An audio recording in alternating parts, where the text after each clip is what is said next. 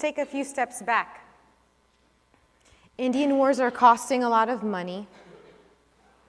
Having this relationship with native people who inhabited this land first is getting into a costly conflict, and you can't just keep killing people.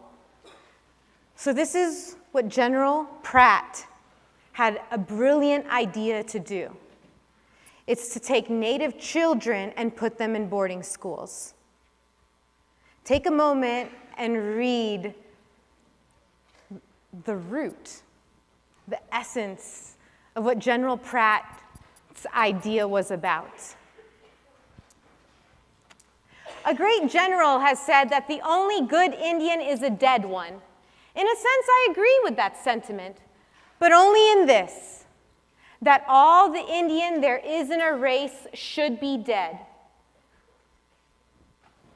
Kill the Indian and save the man.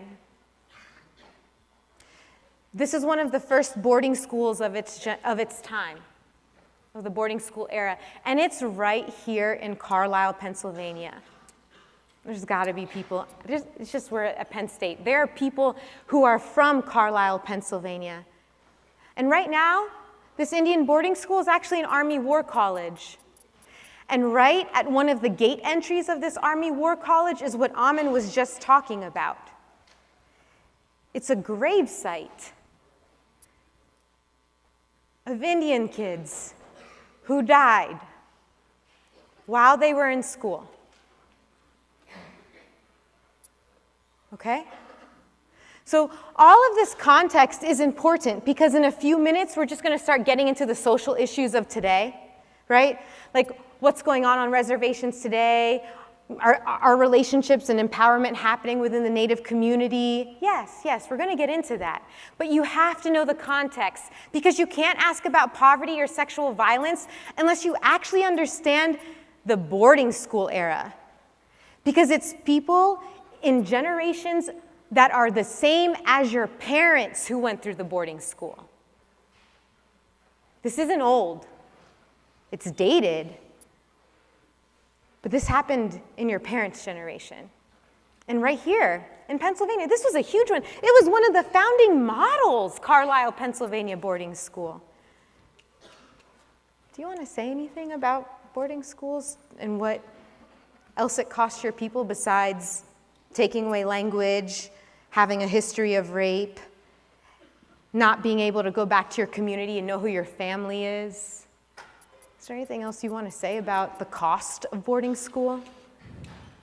It was pretty devastating because about 3 years before I was going into they call it foster home or group home, but which was a nicer word than saying boarding school. I remember that I got taken in right away, and the mother there, she was very strict, and I remember that they right away, oh, hi, how's it going? Okay, and they took me right in the bathroom, and they cut my hair. And that was one of the most devastating things because I thought that someone in my family had died. So I'm wondering, what was happening. And at the same time, I couldn't talk to her quite yet because I didn't trust her, I ran away a few times only to be picked up by the police.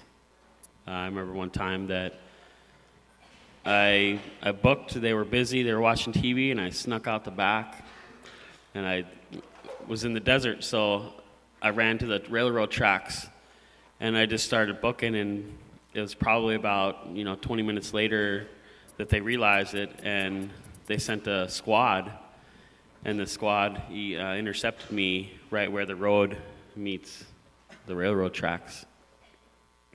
And I mean, there's lots of stories of where they didn't want me to go back with my family, so they did their best to adopt me out.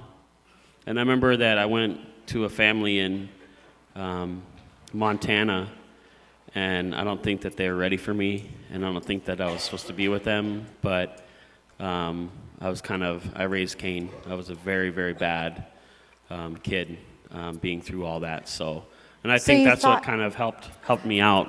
You're saying you were being punished and you didn't necessarily understand why, but then you had to convince yourself, to make sense of it, you convinced yourself that you were bad, like a bad person. Yeah, I thought I was a really bad kid when I look back on it now and I think, oh man, it's just a kid. It's just a kid.